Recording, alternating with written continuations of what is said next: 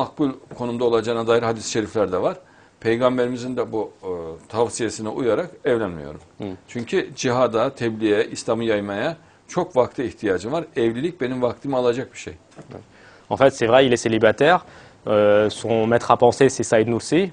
Et lui, il dit que, en fait, ceux qui veulent être mes étudiants, en fait, qui veulent être mes étudiants, en fait, c'est mieux pour eux de ne pas se marier. D'ailleurs, il y a des hadiths en ce sens aussi. À la fin des temps, il est préférable pour les personnes qui veulent donner beaucoup de temps à la propagation de l'islam, au combat dans l'islam, de ne pas se marier. Donc, à la fois, il suit la ligne de son maître à penser Saïd Nursi, et puis il suit le prophète sallallahu alayhi wa sallam dans les hadiths. Oh bah oui, mais l'exemple du prophète, quand même, il s'est marié. Il a eu des enfants. Oui, mais à la fin des temps, il avait dit. Il a eu une vie de famille. Diyor ama Resulullah sallallahu aleyhi ve sellem evlendi diyor, yani onun aile hayatı oldu. Tabii ki ama ahir zaman için Mehdiyet devrinde, Deccaliyet devrinde ayrı hadisi var. O devirde evlenmeyeniniz daha hayırlı olanınızdır diyor. Parce qu'en fait, il y a un hadith, comme j'ai dit, c'est pour la fin des temps. Il a dit, pour la fin des temps, au temps du Mehdi et du Dajjal, il est préférable c'est préférable d'être célibataire. Voilà, donc c'est cette sunna qu'il applique. Oui, c'est vrai. Parce que j'ai lu aussi que vous prévoyez la fin des temps. Au 2200, je sais, 2121. Yani ahir zamanı konuşan doğru diyor. Est-ce que vous pouvez revenir dessus et résumer parce que c'était long mais siz dünyanın sonu 2120'ye doğru görüyorsunuz diyor. Evet. Yani onun bir özet olarak gelebilir misin bu konuya, yani alabilir misiniz inşallah? Hadis-i şeriflerden de bunu anlıyoruz. Suyuti'nin 8 tane hadisi var. Ve ayrıca Bediüzzaman'ın açıklamaları da var. Bunların hepsinden dünyanın ömrünün Hicri 1545'e kadar olduğunu anlıyoruz. Azami. Yani Allahu alem yaklaşık. Yani 10 sene ileri olabilir, 5 sene geri olabilir ama yaklaşık Hicri 1545 gibi inşallah kıyamet kopacak.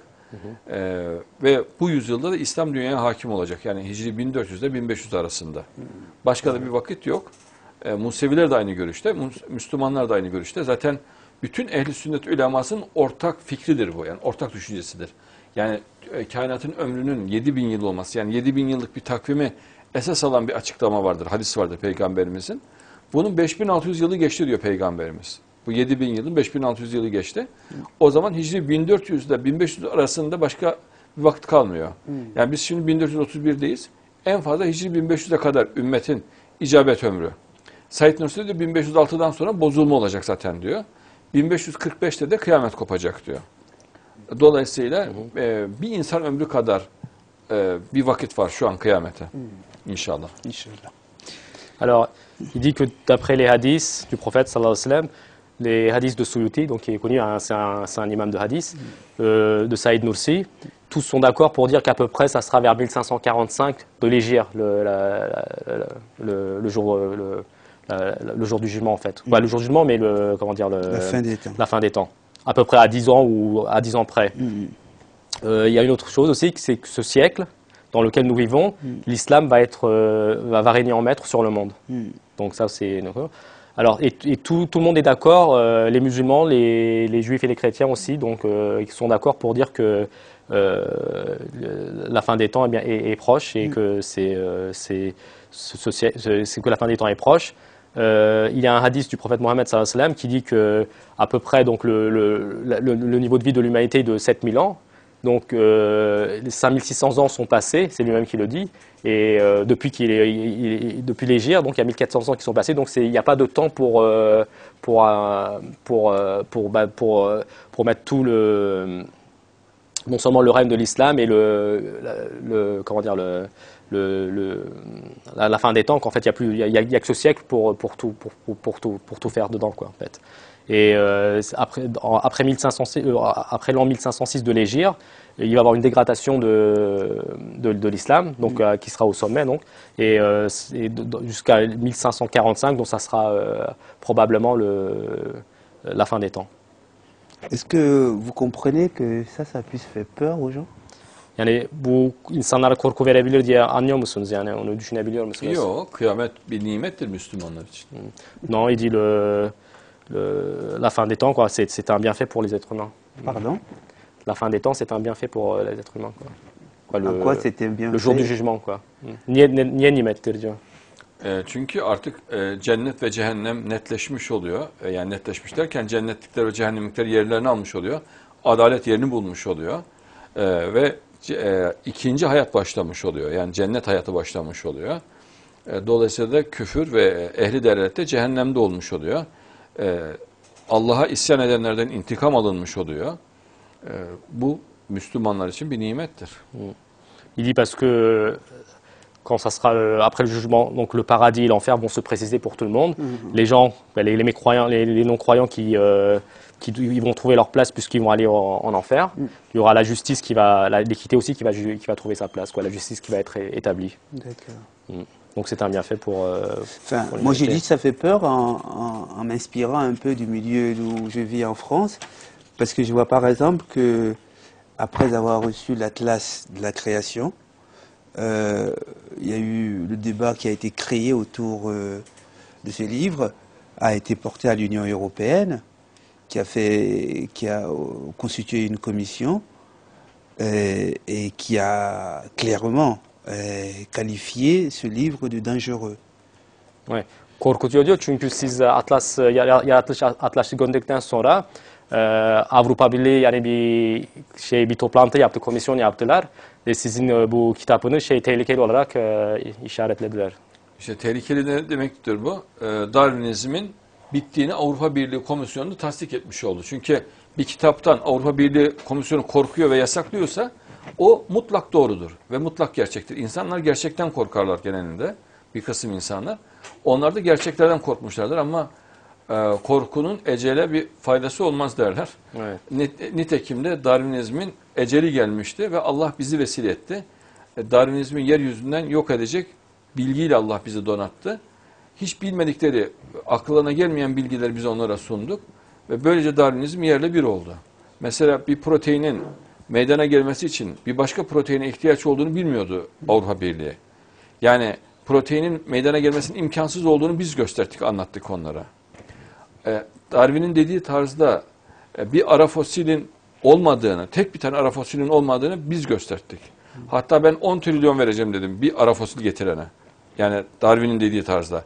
Kimse böyle bir şey getiremedi. Çünkü yok ara fosil. Ve 350 milyon yaratılışı ispat eden fosil olduğunu biz ispat ettik ve gösterdik. Bu da bilinmeyen bir gerçekti. Ve dünyayı bu şok etti. Mesela 350 milyon fosili gizliyorlardı. Bu gerçeği ortaya koyduk. Tek bir ara fosil olmadığını ispat ettik. Bu da bilinmiyordu. Binlerce hatta milyonlarca ara fosil var zannediyordu. Olmadığını gösterdik. Ve bir proteinin de tesadüfen olmasının imkansızlığını gösterdik. Bundan sonra dünyada müthiş bir sessizlik ve Darwinizmde ciddi bir çökme oldu. Yani o koskoca put büyük bir gürültüyle yerle bir oldu. Şu anın enkazının altından bağırıyorlar. Onların önemi yok. Yani o enkazı temizleyeceğiz biz inşallah. Voilà. En fait, en disant que la tâche de création était un danger, ils ont ratifié en fait la fin du darwinisme. Alors parce qu'en fait les gens ont peur de la réalité, puisque c'est une vérité, ils en ont peur.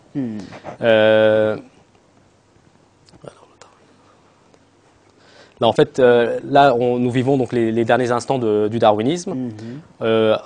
Avec son Atlas de la création, en fait, il a montré aussi que il était impossible il a donné l'information en fait comme quoi qu'il était impossible de créer des protéines, puisque en fait pour créer une protéine, il faut déjà une autre protéine. Donc ce qui est impossible. Voilà, ça a été mis. C'était une grande idée des darwinistes, avec comme quoi les protéines étaient venues au hasard. Alors une autre idée, c'est qu'il n'y a pas de fossile intermédiaire.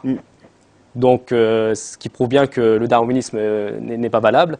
En plus, il a proposé 10 trillions à toute personne qui ramènerait un seul fossile intermédiaire. D'ailleurs, même dans les derniers moments, il disait que ramenez-moi, je passe sur le fossile, ramenez-moi une photo. Même sur la photo, ils ont été incapables de ramener un fossile intermédiaire.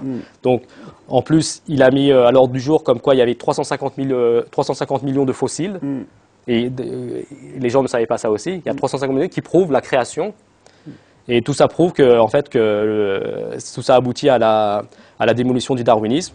Aujourd'hui, il ne reste plus que les débris du darwinisme et il ne reste plus que ça à nettoyer, en fait. D'accord. Voilà.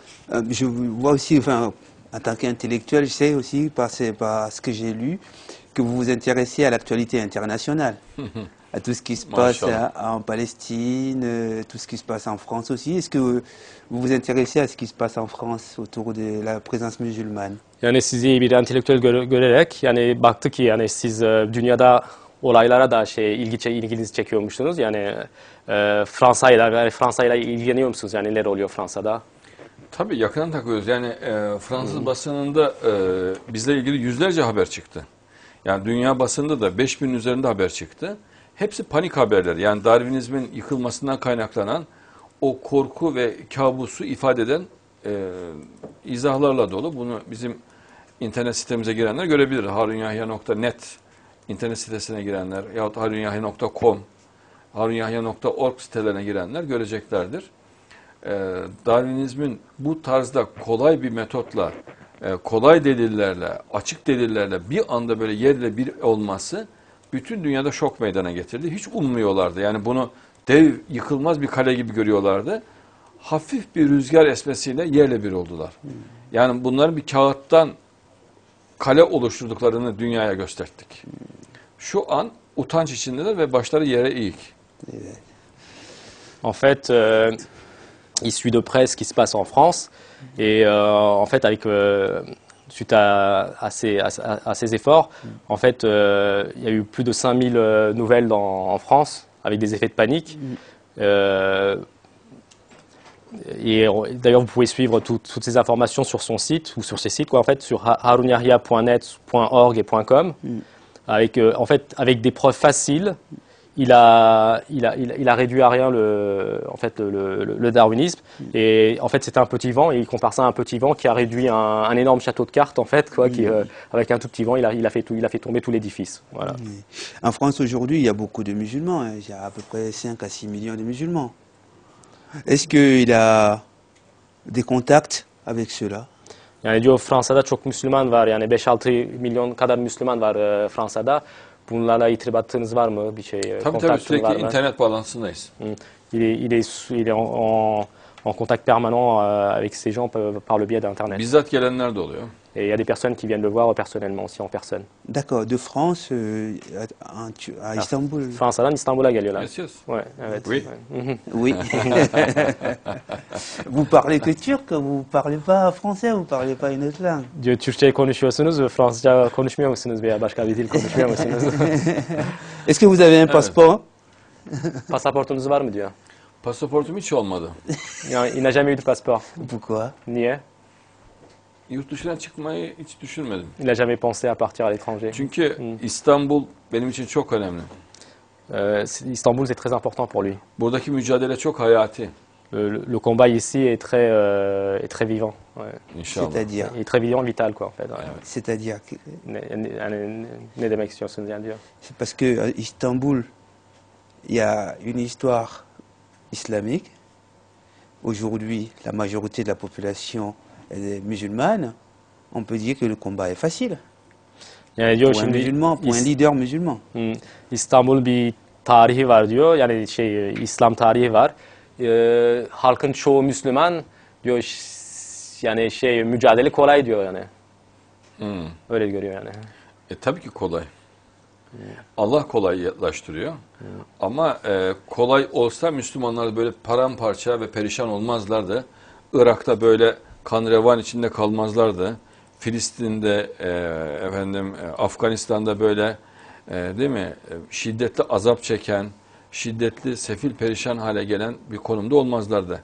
Demek ki zormuş ki bu halde olmuşlar. Aslında kolaydı ama kendilerine zorlaştırdılar. Şimdi işte biz kolaylık dini olan İslam'ı kolay metotlarla anlatıyoruz ve kolay bir neticeyle İslam'ın dünyaya hakimiyetine vesile olacağız inşallah.